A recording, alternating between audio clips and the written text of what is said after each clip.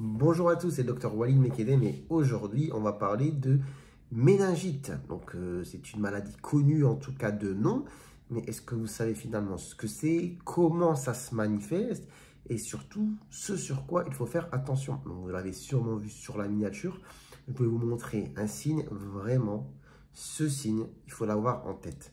Surtout si vous êtes parent, mais même si vous n'avez pas d'enfant, potentiellement ça peut vous concerner, on n'est jamais épargné, mais en tout cas c'est une urgence absolue. Si vous voyez ça, plus un autre symptôme, directement il faut appeler le 15. Donc je vais y venir après. Avant d'aller plus loin, je vais vous expliquer tout simplement ce que c'est la méningite. Donc la méningite, c'est une maladie infectieuse, donc on parle d'infection, soit virale, il y a des virus, soit bactérienne avec les bactéries, et c'est dans cette situation que ça peut être gravissime.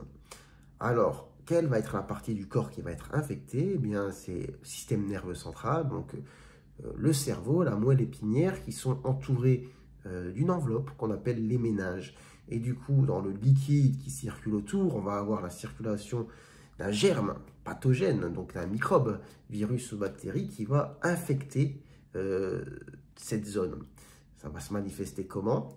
Les grands symptômes à connaître, donc la fièvre forcément, mais la fièvre, ce n'est pas spécifique de la méningite. Vous allez trouver la fièvre dans la grippe, dans un rhume même, vous pouvez avoir de la fièvre. Mais en tout cas, là, on est sur une infection, donc potentiellement, il y a une grosse fièvre. On va avoir les maux de tête. Les maux de tête, mais vraiment les maux de tête en casque, vraiment sévères et violents dans la méningite. On peut avoir les vomissements qui vont arriver avec une spécificité des vomissements dans la méningite qui sont des vomissements en G. Donc voilà, c'est un mécanisme lié à la méningite, tout simplement. Je ne vais pas entrer dans les détails, mais en tout cas, vomissement en G.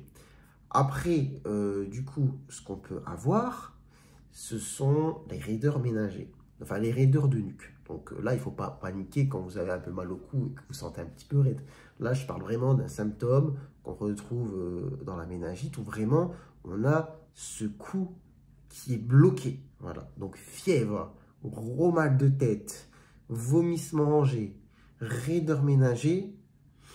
Bon, à côté de ça, vous ajoutez des signes comme la photophonophobie, donc le fait d'être gêné par la lumière, très fortement. Le bruit, j'ai un doute, je ne suis pas sûr, mais en tout cas, la lumière, donc la photophobie, c'est des signes, voilà, les uns avec les autres, qui orientent du coup vers une méningite, surtout du coup quand on a la fièvre qui nous oriente vers une cause infectieuse. Mais il y a un signe très important, celui que j'ai évoqué en début de vidéo, qui est très grave. C'est l'éruption cutanée à type de tache rouge ou marron qui ne s'efface pas quand vous appuyez dessus, qu'on appelle un purpura.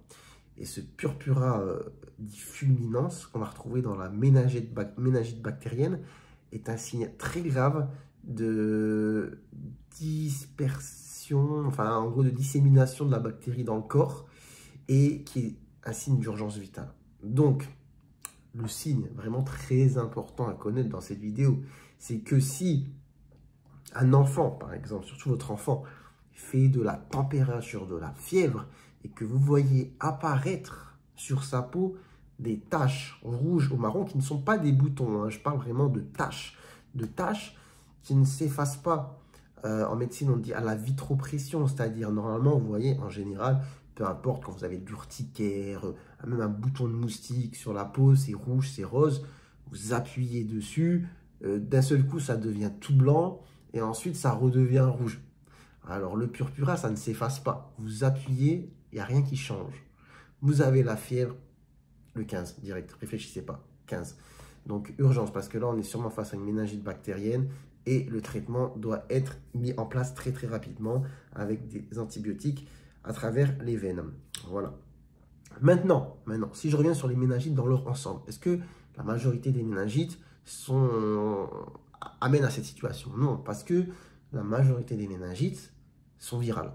Voilà. Donc, je me souviens quand j'étais en pédiatrie, à l'hôpital, dans le service de pédiatrie, il y avait souvent des méningites, enfin souvent, j'ai des images en tête, de méningites virales, donc il n'y avait pas vraiment de gravité. C'est-à-dire que ce sont des virus, ça s'estompe tout seul. Bon, il y avait une surveillance qui était faite chez l'enfant, mais vraiment rien de méchant, mais on avait des symptômes, hein, des symptômes de méningite.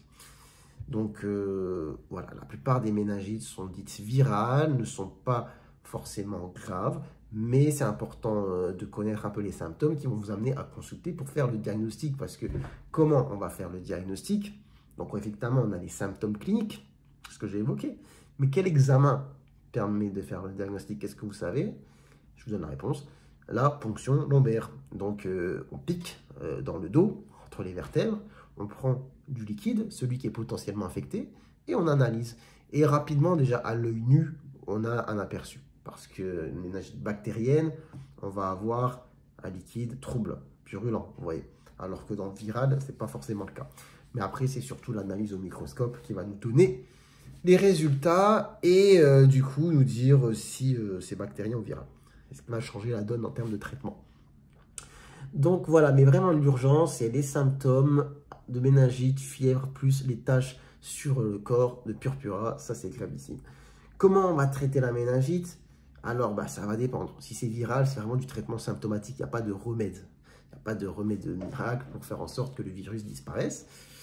Exception faite, bon je ne vais pas entrer dans les détails, mais la méningite bactérienne, c'est antibiotique. Antibiotique par voie intraveineuse, obligatoire. Et puis voilà, je réfléchis un petit peu à ce que je voulais dire. Les risques de complications quand même pour la méningite bactérienne. Donc les séquelles neurologiques, la surdité par exemple, on peut devenir sourd après une méningite bactérienne. Puis forcément, je ne vais pas vous faire peur ou être... Mais c'est la vérité, on peut mourir aussi d'une méningite bactérienne. Donc voilà un petit peu ce que je voulais dire. Important de savoir tout ça, donc de toute façon dans le doute, il faut toujours consulter. Mais s'il y a un signe important à connaître, c'est le purpura fulminans. Les taches rouges, marron, noires qui apparaissent sur la peau, qui ne s'effacent pas, accompagnées de fièvre. Réfléchissez pas, on appelle le 15 direct. Hein. Passez pas chez le médecin, vous appelez le 15 parce que ça peut aller très très vite chez un enfant. Voilà, donc j'espère que vous aurez appris des choses. Si c'est le cas, n'hésitez pas à liker. Je le dis pas, si je le dis toujours en fin de vidéo, mais si vous pouvez vous abonner, ce serait sympa, ça m'encourage pour la chaîne. Et puis sur ce, prenez soin de vous, prenez soin de votre santé. À très bientôt, je l'espère, pour de nouvelles vidéos. Ciao, ciao!